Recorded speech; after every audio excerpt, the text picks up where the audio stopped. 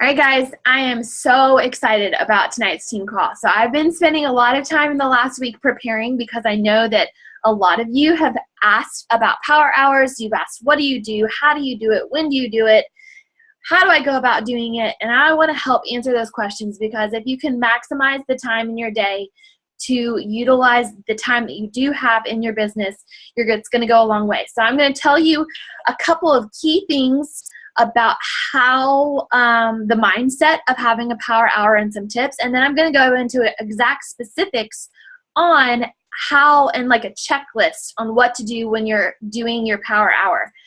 So if you don't know, a power hour is basically an hour of the day that you dedicate to your business. Some people do it in Power Pockets, which I'm going to talk about later on, but it's basically you can designate an hour of your day to your business. You should be able to get everything done in your business that you need to in 1 hour. I built my whole business in an hour a day for the first 3 to 6 months when I was building, and working towards my goals. Eventually, I upped the time, and each day is different, but if I know that I can allocate an hour of my day, then I can get everything on my to-do list done. So the first step one of a power hour is adopting a business mindset. When you treat your business like a business, it will reward you like a business. So we're all going to be on different levels of our business. We're all going to be viewing our business differently. Some of us are more hobby coaches. Some of us are just doing it for the discount and a little side cash. Some of us have some pretty big dreams of making this a career and a life path. And so it's going to look different for each and every person, and that's okay. So I want you to take all of the information that I'm going to throw your way with a grain of salt and realize that you're going to tailor it to your needs specifically, but realize that in saying that you're a business builder and setting goals, things like retiring yourself from corporate America, etc., power hours, I can not talk tonight, are non-negotiables. So treat your business like a business, and it will reward you like a business. Focus on carving time to help people. When you're investing an hour in your business, you're doing it because there are people that need you. As coaches, our purpose is to help others live out their goals and live healthy, fulfilling lives. And so if you view it as carving out time to help other people, it's a lot easier than viewing it as a chore. I know that sometimes it's a little mundane doing the daily tasks of inviting and responding to your challengers and things like that. But if you view it as carving out time to help someone, it's a little bit easier to stomach on those days where you're just not as motivated. So view it as a chore. Don't view it as a chore because it will feel like a chore when you're doing it that way. Find time, don't make time. So what do I mean by that? We all live insanely busy lives, especially this time of year with the holidays coming and everything we've got on our plates right now. There is time in your day for Power Pockets. It's just finding them. It's not making time because we all have time. We just have to find those little nuggets of time that will add up to be able to invest in your business.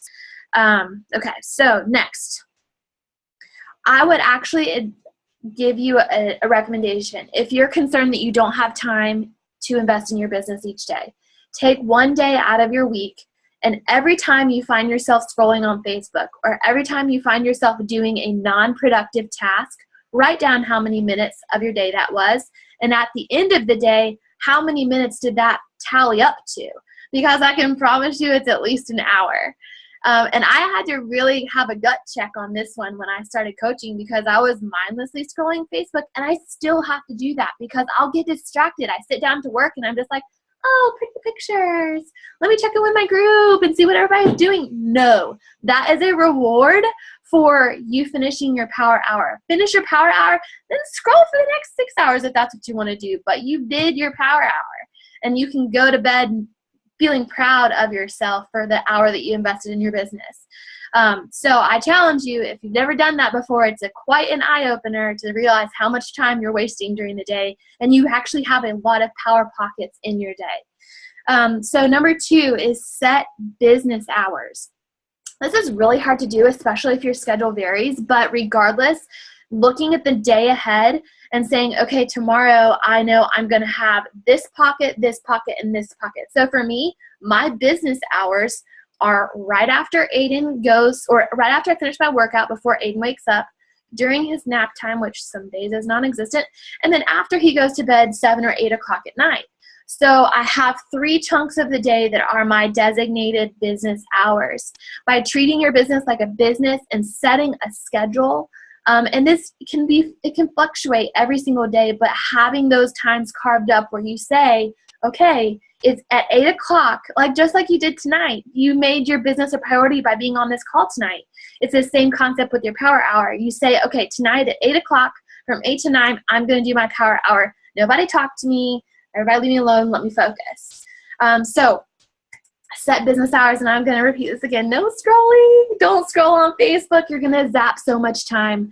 I'm telling you, I was the worst at this before. It's amazing the amount of time that I could have invested in my business that I wasted scrolling on social media. And if you are scrolling, make it worth your time. So comment on every single picture you pass, like every single picture, engage in other people's profiles as you're scrolling, so that you're still making that time productive.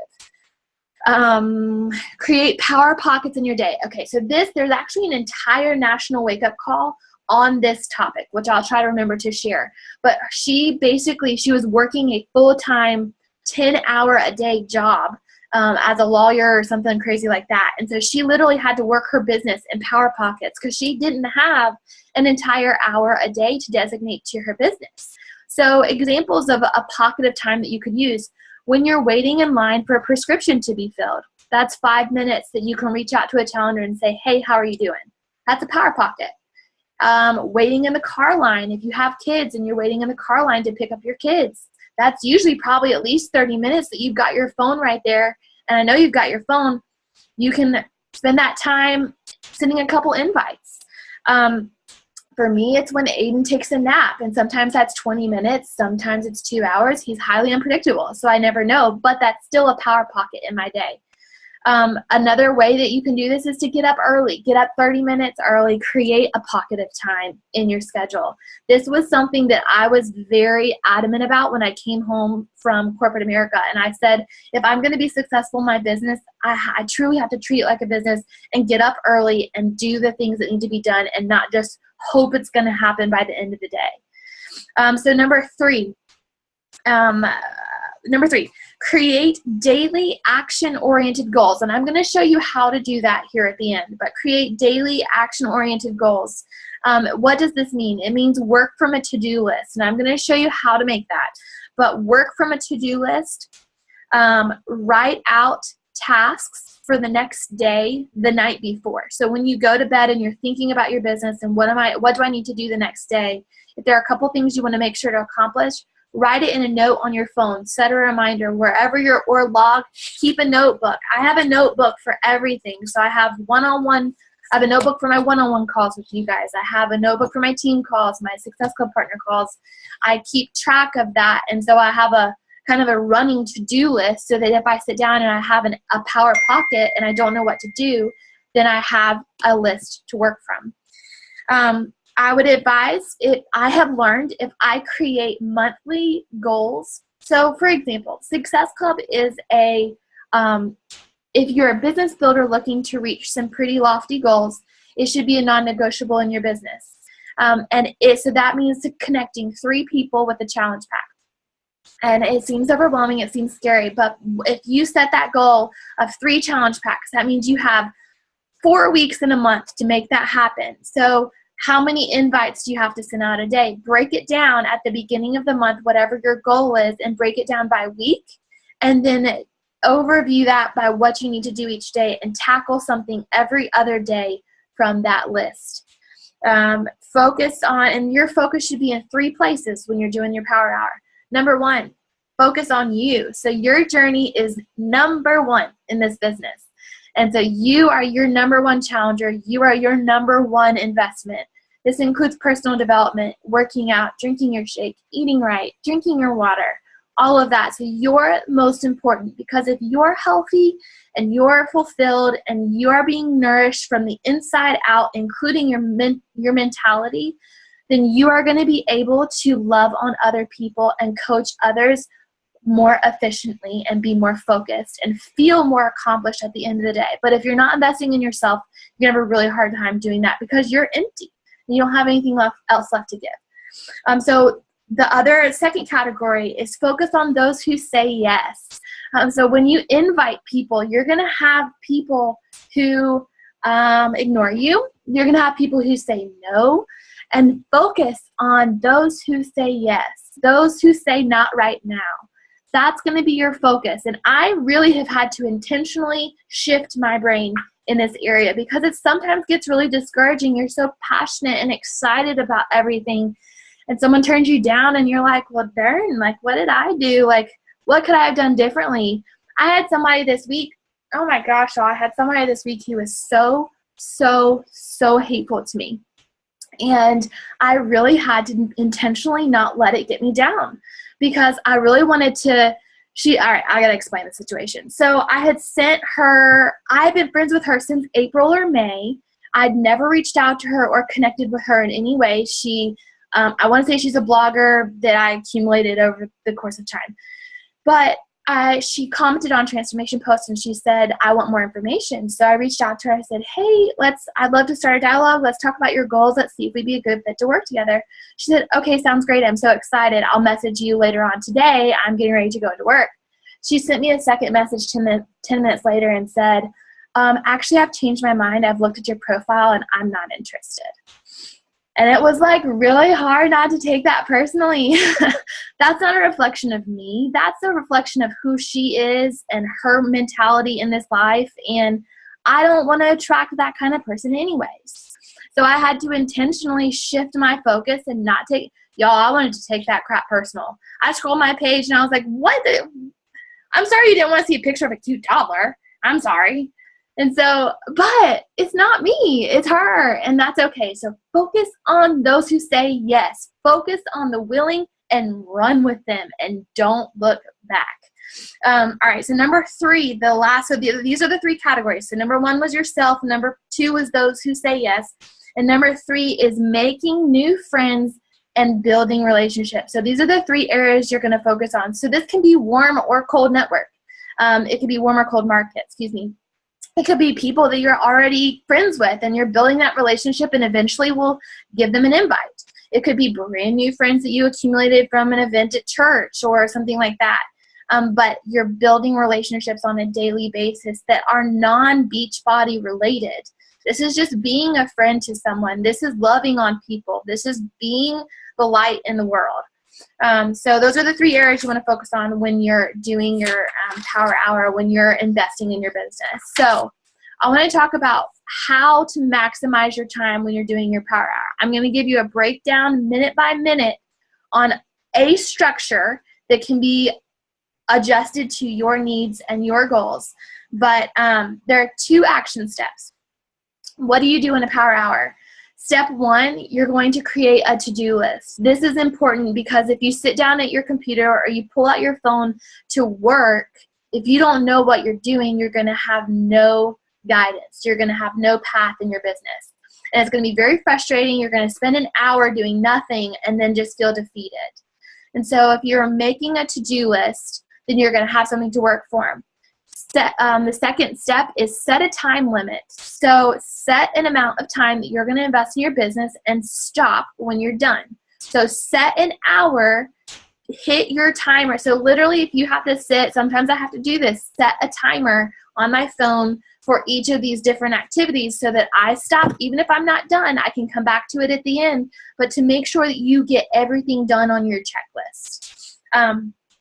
So speaking of a checklist, let me go over some of the categories that will be on your Power Hour checklist. For example, personal development. This is a big one. It's a huge priority in our business. It's important to be mentally. This could be your devotions for the day. This could be anything. But mentally getting yourself right at the beginning of your Power Hour is key. And this is something, I'm pretty open with you guys. I'm bad at this. I struggle with this because my time is so limited. Sometimes I just forget to start my Power Hour off with personal development. Number 2 is check in with your challenge group. So this, if you're running your challenge group, which I think almost all of us are, or participating in a challenge group, checking in with that challenge group. Number 3 is you're adding people to your network. These are friends of friends. There's different ways to do that, but you're adding people to your network. Number 4 is you're responding to messages in your inbox. You're naturally going to have messages in your inbox from challengers, new potential people you're building relationships with, so responding to messages. The next one, number 5, is messaging new friends and building relationships. That's a term I'm going to use a lot because eventually we're all going to run out of friends. I ran out of friends in April. In April, I ran out of my warm market. So at that point, everything since then have been people that I don't know. And so that at some point you'll hit that. And actually I know one of you isn't, well, actually a couple of you are already in your cold market, but most of you are still in your warm market. So it's going to be a while before you need to build those new relationships, but adding people to your network and go ahead and being proactive about that is a great step. Another category is invites. So that's number 1, 2, 3, 4, 5, 6. I should have numbered these. Number 6 is invites. We all know the importance of that. Number 7 is messaging your current challengers and your coaches. It's our job to hold people accountable. They sign up for a coach for a reason. They want a support system through their journey. And so it's our job to be that. So messaging current challengers and coaches. Number 8 is checking social media and responding to comments on your page. So when you post a video, when you post a picture, if it's Beachbody related or not, engaging with those people who are leaving comments on your page. I know all of you do that, but this in your power hour, designating a time to do that. So responding to comments on your page. The next one is create content for social media. I know we are all sharing our journey in different ways. Some do it fly by the seat of their pants. That's kind of how I roll. But it's amazing when I plan it out, I'm much more intentional and productive with my time. So creating content for social media in your power hour. And then the last one is checking your back office. So you're going to want to be making sure you're staying on top of your new orders, your new customers. If you're an Emerald coach and you're hitting Success Club, you're going to have new leads every single month that you're going to want to reach out to. So I think, Heidi, I know that you're an Emerald, and you're hitting Success Club this month. You've already hit it. So next month, you're going to have free leads. So new people that you don't know that are going to be assigned to you. These are people that have either signed up for Beachbody On Demand or have bought off an infomercial. They will now be your clients. And so you will reach out to them and build a relationship with them. 9 times out of 10, they're going to ignore you. It's fine. But it's your job to at least take that step and reach out to them. I've tried texting and phone calls. I've only gotten a response from only ever one person. But she became a coach on my team, so that's pretty cool. All right, so a breakdown minute-wise of what that looks like. So personal, this is my kind of view of it. It can fluctuate depending on where you want to designate your time. So this is tailored to you and your needs. 10 minutes of personal development. This is if you have 1 hour, only 1 hour for your day. 10 minutes personal development. Challenge group check-ins, 5 minutes. I recommend saving your check-ins to one designated time of the day. Otherwise, you're going to be constantly checking in with your groups, and it's going to absorb all your time, which it's hard not to because we're so excited when people comment. They're like, "Oh, whose sweaty selfie is that? It's so exciting." Who gets excited about sweaty selfies? I know I do. And so, isn't it? It's so rewarding. It's nice as coaches to see that. It's so exciting. But don't check them until the end of the day, or leave till the end of the day to respond to everything, because otherwise you're going to be constantly on your phone and in your group, and that's not healthy for you or them, because they need to have a boundary and know that you have a life too. So what was that? That was check challenge groups, 5 minutes. Add people to your network. This should take tops 2.5 minutes at most. And if you want to know how to do that, we can talk, but add people to your network. 5 minutes for responding to messages. This one is hard for me. Keep it 5 minutes. 10 minutes of messaging new friends and building new relationships. This could be commenting on people's profiles. It could be private messaging people, hey girl messages, things like that. 10 minutes on invites. Definitely designate at least 10 minutes to your invites. You should have an invite goal for each day to propel your business. Even if it's one invite, make that invite amazing. Spend that 10 minutes on the invite. 5 minutes messaging current challengers. This is pretty easy because your message is going to be pretty generic for everyone. Hey, how are you doing? How are things going? How can I help you this week? Pretty simple. Doesn't take long. 2.5 minutes checking social media and responding to comments. 8 minutes creating content for social media. And then the last one is 2 minutes checking your back office. So that's kind of a breakdown of things of how you could do it. And then I have a couple of tips, and then we'll take questions on how to maximize this hour.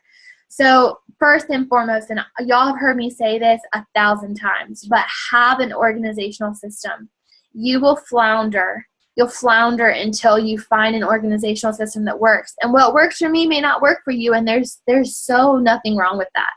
You know, we're all different, and our needs are different. And some of us are pen and paper type people.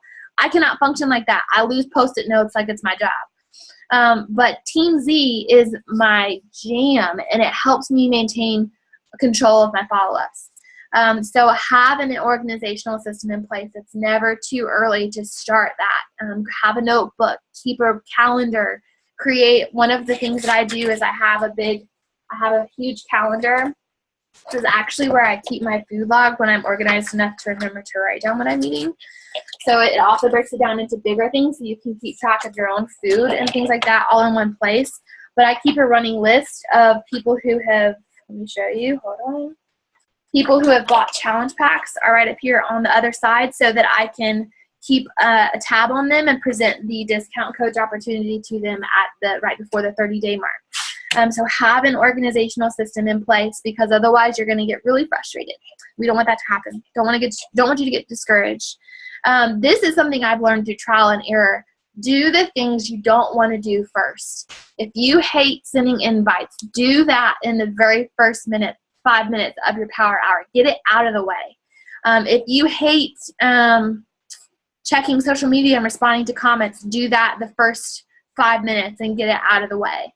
But you want to tackle the things you hate the most in the first hour, or that scares you the most, the things that you're most afraid of, do that in the first hour. That way you can finish your power hour strong and it's not hanging over your head.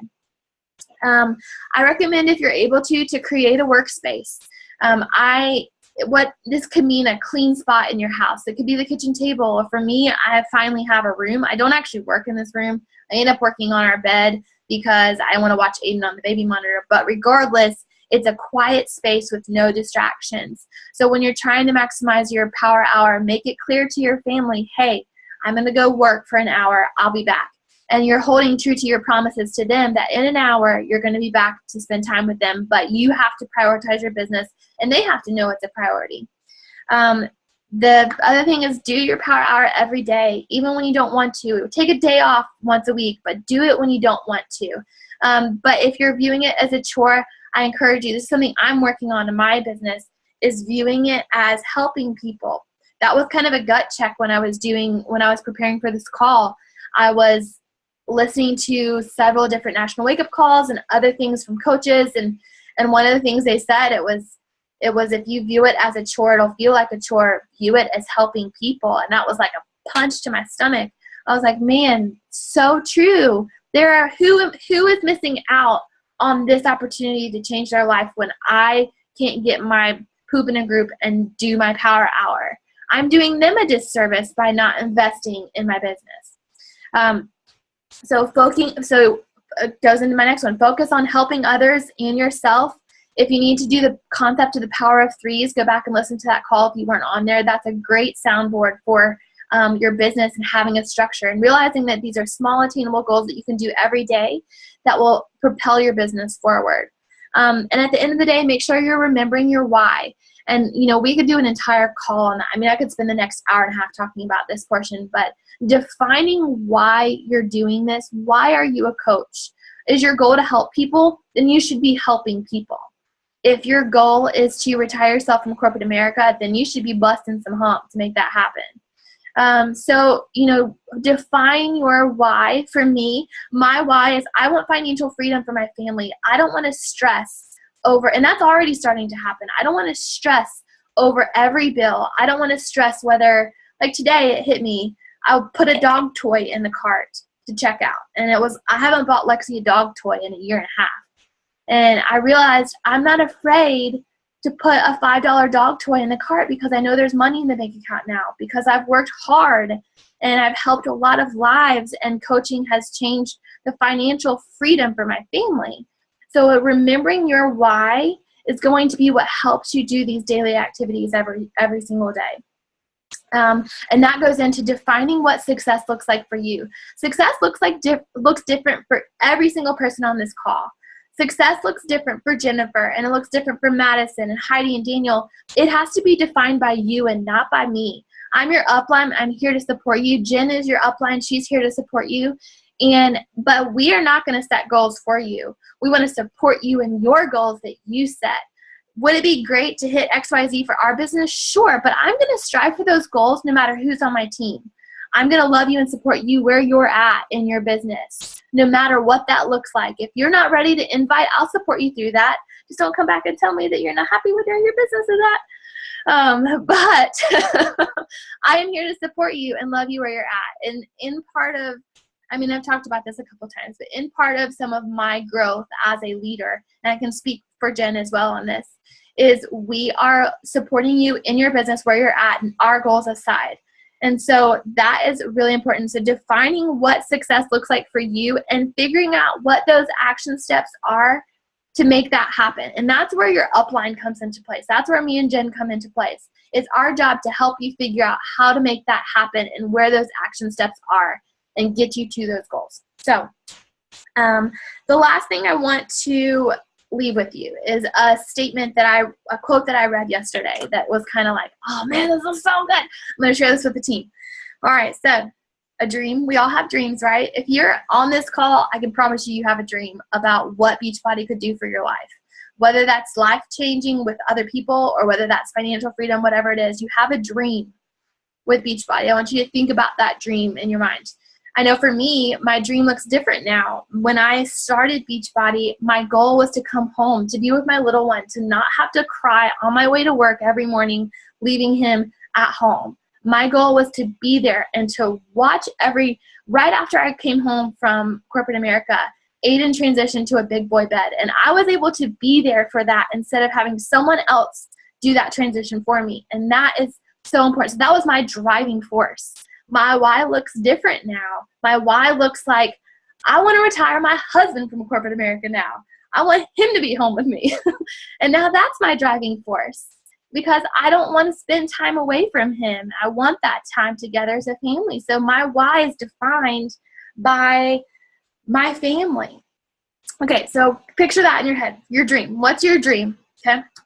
A dream doesn't become reality through magic. It takes sweat, determination, and hard work. And that's true of our fitness goals. That's true of our life goals. That's true of our family goals. All of it. A dream doesn't become reality through magic. It takes sweat. Think of those workouts where you just want to quit. You want to give up. You want to just forget this mess. I'm going to go eat a pizza.